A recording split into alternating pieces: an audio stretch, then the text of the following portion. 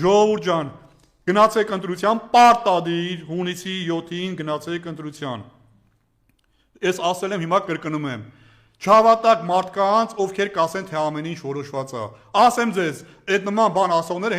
մեր իշխանական շրջանակներն են ասում, թե ամեն ինչ որոշված է։ Ասում են ինչի համար, որ այն մարդիկ, ովքեր որ գնալու են ընտրության, իրենց հետ պահեն ընտրություն գնալուց, ովքեր որ գնալու եւ ընդդիմությանն են զեն տալու, ընդդիմության ցանկացած ուժի։ Եվ այդ մարդկանց ինչ են ուզում ասեն, իզուրակո գնալու, մեկը ամեն ինչ որոշված է, մի գնա, եկա, սրանք անցնելու են։ Բայց այդպես չի, ամեն ինչ որոշված չի, ամեն ինչ նորա որոշվելու, ամեն ինչ դուք եք որոշելու։ Ձեր քվեով, ձեր մեկ ձայնով, ձեր ընտրատեղամաս գնալով, չհավատակ ոչ մեկին, դուք ձեր ընտանիքով, ձեր շրջապատով, ձեր ընկերներով գնացեք ընտրության, գնացեք ձեր ձայնով մերժեք սրանց, գնացեք ձեր ձայնով, ուրեմն ընտրեք ընդդիմադիր ուժերի ցանկացած մեկին, իհարկե խոշոր բրոկներին ընտրեք, որպեսզի ձեր ձայնը չփոշիանա։ Ընտրեք ու տեսեք ոնց է իրավիճակը փոխվում։ Հունիսի 8-ին արտանալու ենք այլ Հայաստանում։